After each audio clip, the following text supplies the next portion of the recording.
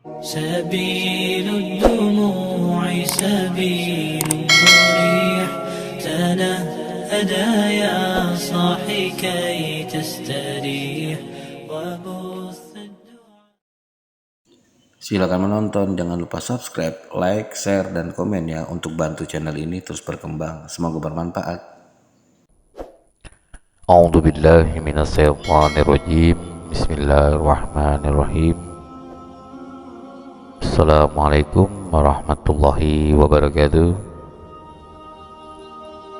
Innal hamdalillah nahmaduhu wa nasta'inuhu wa nastaghfiruh wa na'udzu billahi min syururi anfusina wa min sayyiati a'malina may yahdihillahu fala mudhillalah wa may yudlil fala hadiyalah. Ashhadu an la ilaha illallah wahdahu la syarika lah wa ashhadu anna Muhammadan abduhu wa rasuluh. Allahumma salli wa sallim wa barik ala sayyidina Muhammadin al-fatihi lima ughliq wal khatimi lima sabaq wan nasiril haq bil haq wal hadi ila siratil mustaqim sallallahu alaihi wa ala alihi wa ashabihi haqqa qadrihi wa miqdarihil azim. Amma ba'd. Saudara channel Langit Ketujuh rahimakumullah, kita berlindung kepada Allah dari godaan setan yang terkutuk dengan menyebut nama Allah yang Maha Pengasih lagi Maha Penyayang. Semoga keselamatan serta rahmat Allah juga keberkahan terlimpah untuk kita semua. Sungguh segala puji hanya milik Allah. Kita memujinya, memohon pertolongan dan ampunannya. Kita berlindung kepada Allah dari kejahatan diri-diri kita dan kejelekan amal perbuatan kita. Ya Allah, limpahkan salawat, salam dan keberkahan kepada junjungan kami Nabi Muhammad SAW, pembuka yang terkunci, penutup yang telah lalu, pembela yang hak dengan yang hak, petunjuk kepada jalan yang lurus. Semoga Allah melimpahkan salawat kepadanya, keluarga dan para sahabatnya dengan derajat dan kedudukan yang agung. Saudara channel Langit Ketujuh rahimakumullah, semoga saudara-saudari dimanapun berada selalu dalam ridhonya Allah subhanahu wa ta'ala, amin ya rabbal alamin. Di kesempatan ini kita akan membahas istighfar adalah salah satu solusi dari semua masalah. Saudara channel Langit Ketujuh rahimakumullah, sebagai manusia sudah pasti banyak sekali kita dilumuri oleh dosa dan kekhilafan. Rasulullah SAW mencontohkan kepada kita untuk bertobat dan beristighfar setiap waktunya, karena Nabi SAW memberikan kita teladan. Tidak kurang dari 70 kali Nabi memohon ampunan dan bertobat kepada Allah dalam sehari. Wahai saudaraku, kita bisa ketahui lewat hadis Nabi yang diriwayatkan oleh Imam Bukhari dalam riwayatnya, Nabi SAW bersabda, demi Allah, sesungguhnya aku memohon ampunan kepada Allah dan bertobat kepadanya lebih dari 70 kali dalam sehari. Hadis riwayat Bukhari. Jika Rasulullah SAW saja begitu semangat dalam beristighfar, dalam memohon ampunan, mengharap kepada Allah, bertobat kepadanya lebih dari 70 kali dalam sehari, bagaimana dengan kita wahai saudaraku? Rasulullah SAW itu beliau kekasihnya Allah, pemegang jaminan masuk surga dan dijaga dari berbuat dosa pastinya, masih dengan semangat yang tinggi menggapai rahmatnya Allah Ta'ala melalui amalan istighfar. Maka setelah kita mengetahui keterangan hadis ini, seharusnya logikanya atau logika sehat kita seorang mukmin menimbulkan pertanyaan yang harus terbesit dalam pikirannya, apakah sudah kita lakukan apa yang dicontohkan Nabi kita? Kemudian, apakah diri ini sudah ada jaminan mendapatkan ampunan di akhirat kelak? Apakah amal perbuatan kita, ilmu yang bermanfaat, dan keturunan yang kita punya saat ini sudah bisa membuat kita tenang menyambut kematian yang akan datang tanpa kita ketahui waktu dan tempatnya, wahai saudaraku. Saudara channel Langit Ketujuh rahimakumullah, kita bukan siapa-siapa. Kita yang tidak lain hanya hamba yang tak lepas dari sebuah kesalahan, baik besar dan kecilnya sebuah kesalahan. Kita yang sering lalai dari banyak mengingat Allah Ta'ala dan lebih memilih melumuri diri kita dengan dosa syahwat nafsu kita karena lebih condong mengikuti bisikan setan. Kita yang belum ada jaminan masuk ke dalam surga sebagai rahmatnya Allah di akhirat kelak. Kenapa bisa kita sering melupakan taubat dengan beristighfar di sela-sela waktu kita? Marilah saudaraku, kita saling mengingatkan jalan yang hak dan berpesan untuk sabar dalam menggapai rahmatnya Allah Ta'ala dengan beristighfar sebagai tanda taubat kita. Saudara channel Langit Ketujuh rahimakumullah, kembali ke topik awal pembahasan,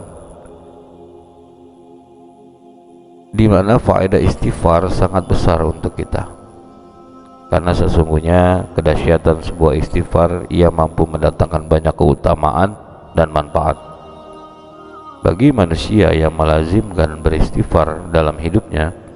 Karena sadar akan dosa dan kelalaian dalam beribadah, mereka akan mendapatkan banyak keutamaan dan manfaat. Di antara keduanya, di antara keutamaan dan manfaatnya adalah diampuni dosanya, menjadi penyebab turunnya hujan dan menghilangkan kekeringan dan menyebabkan kesuburan tanah, diberi kemudahan mendapatkan anak keturunan, ditambah kekuatannya, dimudahkan segala urusannya, diberi kenikmatan yang terus menerus, menolak bala dan bencana, penyebab turunnya rahmat Allah, dihapus kejelekan dan diangkat derajatnya.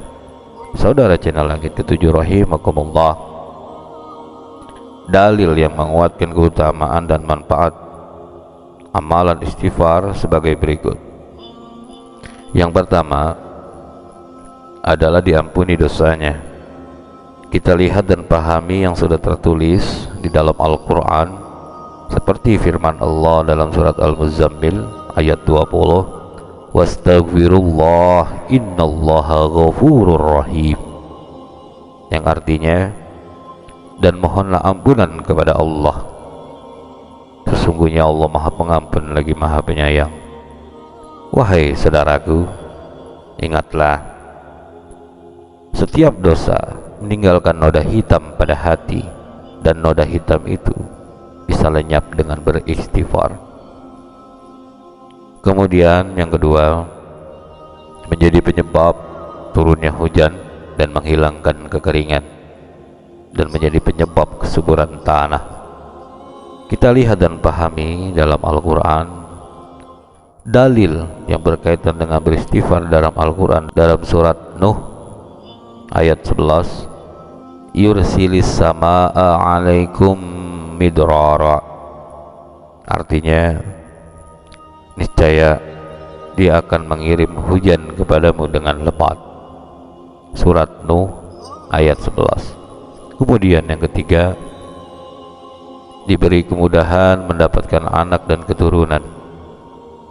Kita lihat dan pahami dalam Al-Quran seperti firman Allah surat Nuh ayat ke-12, wa yumdidukum bi amwali wa banina wa yaj'al lakum jannati wa yaj'al lakum anhara, artinya, dan membanyakan harta dan anak-anakmu, dan mengadakan untukmu kebun-kebun, dan mengadakan pula di dalamnya untukmu sungai-sungai.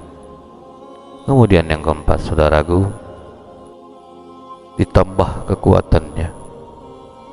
Kita lihat dan pahami yang tertulis di dalam Al-Quranul Karim, seperti firman Allah dalam surat Hud ayat 52, wa ya qaumi istaghfiru rabbakum thumma tubu ilaihi yursilis samaa 'alaikum midrara wa yazidukum quwwatan ila quwwatikum wa la tatawallaw mujrimin, yang artinya, dan dia berkata, hai kaumku, mohonlah ampun kepada Tuhanmu lalu bertobatlah kepadanya.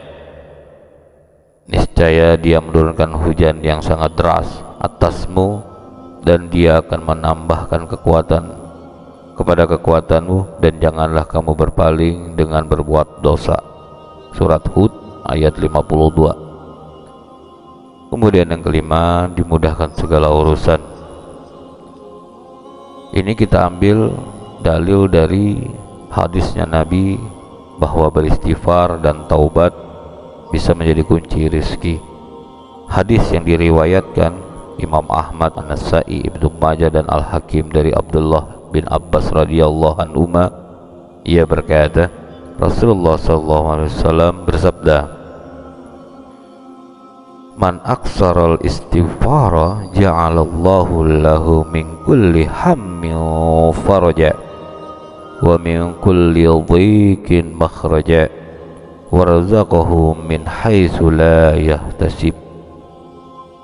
Barang siapa memperbanyak istighfar, memohon ampunan kepada Allah, niscaya Allah menjadikan untuk setiap kesedihan jalan keluar, dan untuk setiap kesempitannya kelapangan, dan Allah akan memberikan rezeki yang halal dari arah yang tidak disangka-sangka. Dalam hadis yang mulia ini, Nabi yang jujur dan terpercaya, yang berbicara berdasarkan wahyu, Nabi Muhammad SAW menggambarkan tentang 3 hasil yang dapat dipetik oleh orang yang memperbanyak istighfar. Salah satunya yaitu bahwa Allah yang maha pengasih, yang maha memiliki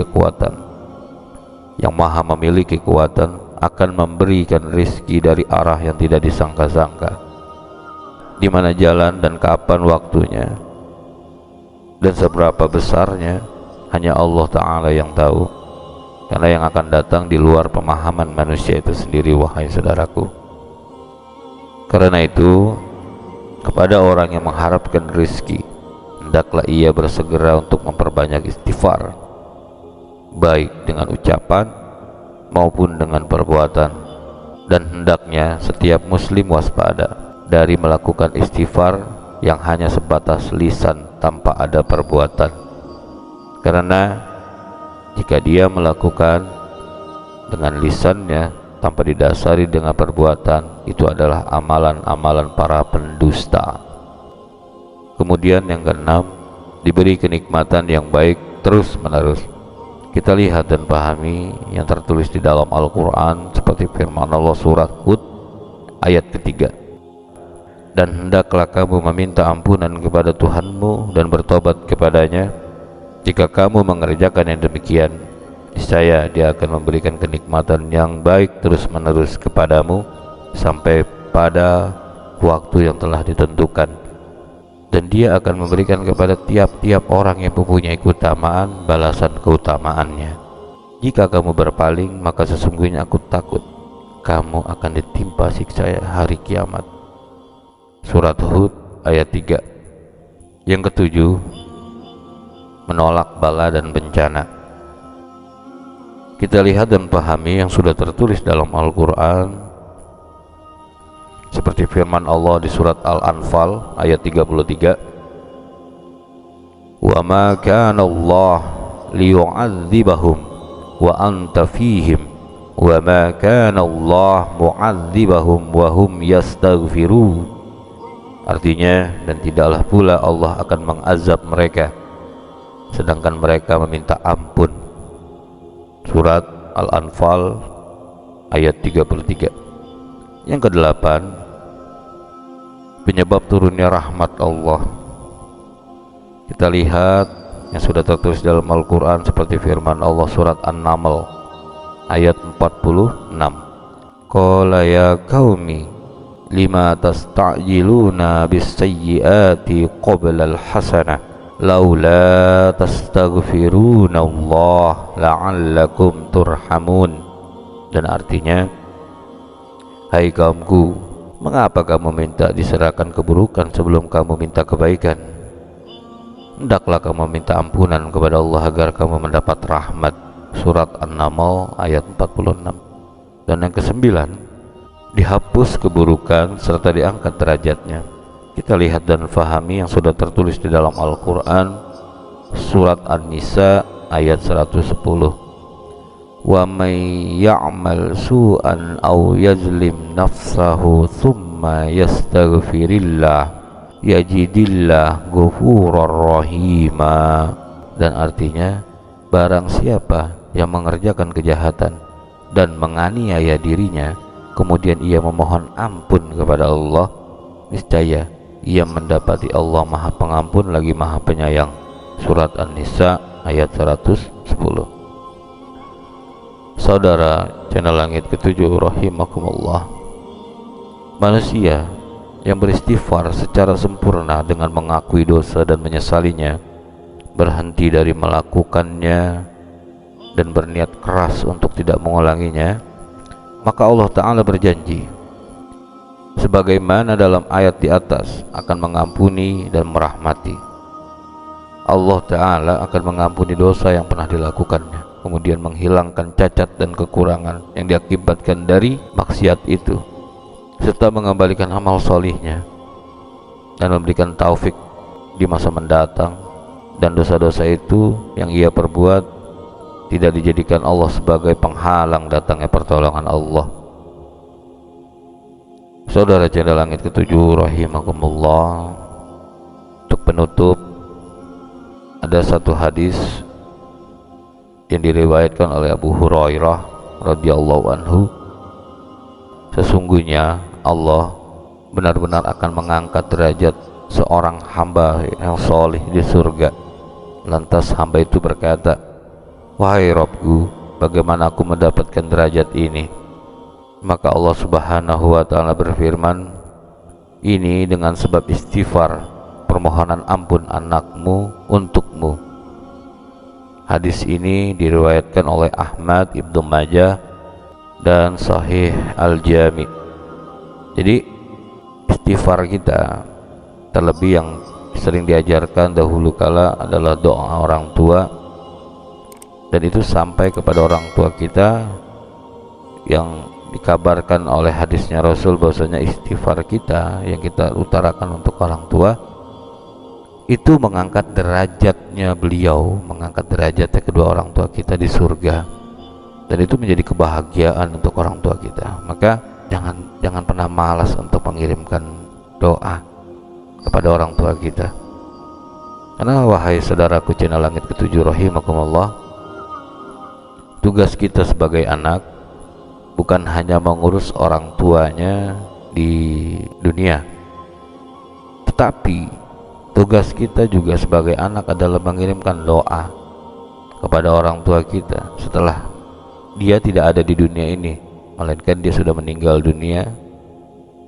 Maka yang diharapkan adalah doa anak yang soleh. Kita yang harapkan orang tua kita jangan pernah malas untuk mendoakannya.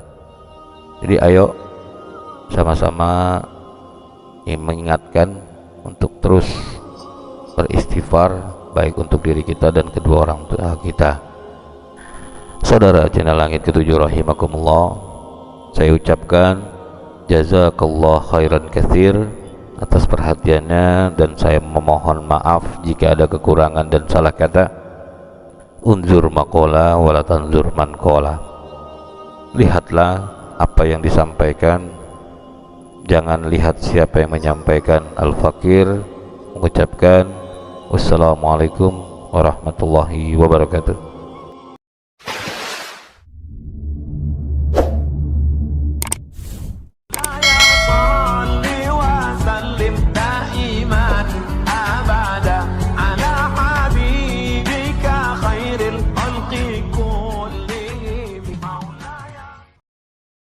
ah.